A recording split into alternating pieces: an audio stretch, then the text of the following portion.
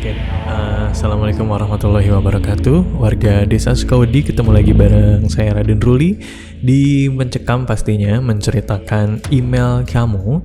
Yang hari ini saya akan membacakan sebuah cerita yang dikirimkan oleh Humairah Rose.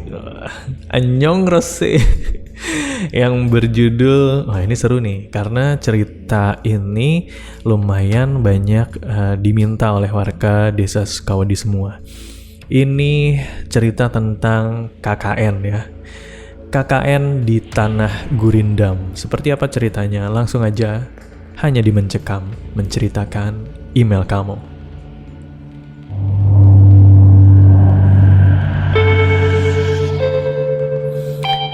Assalamualaikum warahmatullahi wabarakatuh. Halo warga Desa Sukawedi, semoga kita semua dalam keadaan sehat dan sejahtera.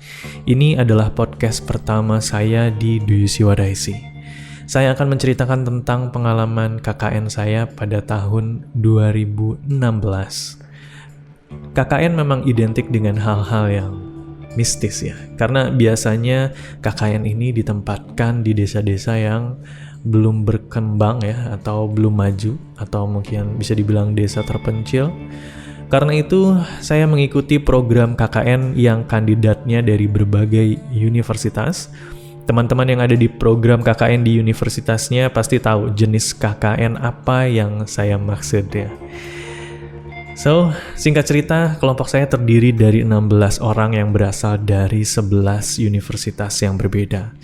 Tuan rumah saat itu adalah salah satu universitas di Kepulauan Riau. Jadi, semua penempatan delegasi adalah di provinsi yang ada di Kepulauan Riau. Kami diberangkatkan ke desa penempatan masing-masing dengan kapal. Perjalanannya lumayan melelahkan. Kami sampai di desa itu kurang lebih jam 4 sore. For your information, desa ini masih sangat kekurangan fasilitas dan pembangunan. Apalagi saat malam hari, penerangan itu sama sekali belum ada dan jumlah warganya masih terbilang sedikit. Warga menyambut dan menunjukkan keramah tamahannya ya kepada kami, dan tempat yang akan kami tempati itu kami sebut namanya posko ya, walaupun bentuknya rumah. Rumah itu terlihat mencekam, agak gelap, dan terkesan lembab. Tapi karena kami sudah lelah maksudnya ya. Tapi karena kami sudah lelah, beberapa dari kami tiduran di ruang tengah, dan ada beberapa di antaranya mulai mandi secara bergiliran. Dan ada satu orang lainnya mandi, dan ketika mandi dia menjerit gitu. Kami kaget aja dan langsung mendekati sumber suara gitu, teman kami yang menjerit ini. Ada apa ini gitu kan? Dan ternyata teman kami itu kaget karena di dalam kamar mandi itu ada foto seorang laki-laki. Dan gimana ya, kayak aneh aja di kamar mandi ada foto gitu kan. Dan dia tuh kaget, jerit gara-gara ngelihat foto itu, dikira apa gitu, orang atau hal yang menakutkan gitu. Ya ini agak lucu memang. Oke, tapi di saat yang sama ada salah satu teman saya sedang berkeliling di belakang rumah posko. Di belakang rumah itu adalah bukit dan semak-semak ya. Dan ternyata baru kami ketahui di belakang rumah itu ada sejumlah makam. Ya mungkin makam ini bukan jadi hal yang menakutkan kalau orang-orang yang biasa di sekitarnya gitu ya, di lingkungannya ada makam, mungkin bukan jadi hal yang menakutkan. Tapi bagi kami, makam ya membuat jadi nggak nyaman aja gitu sebenarnya ya. Ya, karena ketidaknyamanan itu kami memberitahu ke warga setempat bahwa kami ingin pindah posko atau pindah rumah, dan kami tidak mau tidur di sana walaupun hanya untuk malam itu. Dan finally ada salah satu warga yang menyarankan untuk kita pindah di sebuah bangunan yang bangunannya itu bisa dibilang kayak bangunan bekas perkantoran desa gitu ya, atau mungkin baperkam, mungkin teman-teman lebih akrab dengan kata-kata itu. Dan tempat itu akhirnya kami jadikan posko, terdiri dari 2 kamar, ruang tengah dan ruang depan, ada dapurnya juga, ada kamar mandi tentunya ya. Dan kami mulai tinggal di sana sampai akhirnya tiba di suatu hari. Waktu itu malam, kurang lebih jam 12 malam. Entah kenapa kami kayak energinya masih banyak gitu ya. Dan kerjaan di hari itu pun tidak terlalu banyak, jadi kami banyak mengobrol, asik bersenda gurau malam hari itu, sehingga bisa dibilang kami membuat kegaduhan atau berisik di jam tengah malam itu. Sampai akhirnya semua sudah merasa lelah, dan saya ada di ruang tengah untuk menyiapkan tempat tidur. Tempat untuk saya tidur maksudnya. Di ruangan tengah itu ada satu jendela, dan kacanya memang agak gelap ya. Di dekatnya, di luarnya itu ada pohon mangga. Jadi kalau saya tiduran di situ, maka pandangan saya tuh mengarah ke jendela dan pintu. Disitulah saya melihat ada sosok perempuan dengan rambut panjang yang menatap tajam ke arah saya. Aduh, saya kaget banget kan. Dari jendela tiba-tiba muncul perempuan yang muncul, terus tiba-tiba matanya langsung menatap tajam tuh kayak gimana gitu ya. Dan saya otomatis kaget dan memejamkan mata waktu itu. Saya nggak berani buka mata sampai beneran akhirnya saya tertidur. Saya juga sebenarnya nggak berani cerita ke teman-teman gitu ya. Tapi ada satu teman saya yang bisa dibilang indigo. Dia bisa melihat makhluk-makhluk seperti itu ya. Mulai curiga dengan tingkah laku saya mungkin, dan akhirnya bertanya, kamu kenapa gitu. Ya akhirnya karena ditanya ya, akhirnya saya juga cerita, dan ternyata teman saya yang sensitif itu juga mengetahui hal itu gitu. Dia mengetahui ada penunggu perempuan di situ, dan katanya malam itu kita terlalu berisik jadi mengganggu mereka, katanya sih begitu ya.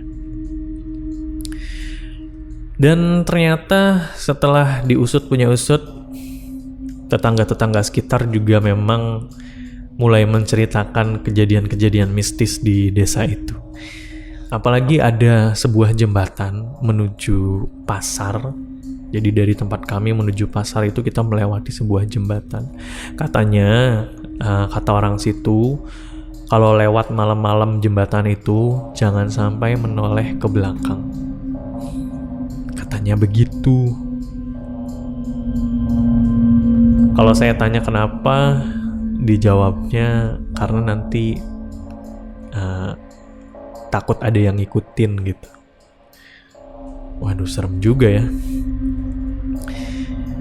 Dan tibalah saatnya dimana waktu itu saya harus bepergian malam-malam, karena memang ada tugas yang harus diselesaikan malam hari itu juga di pasar itu gitu. Di pasar itu tuh sebenarnya kayak semacam pusat,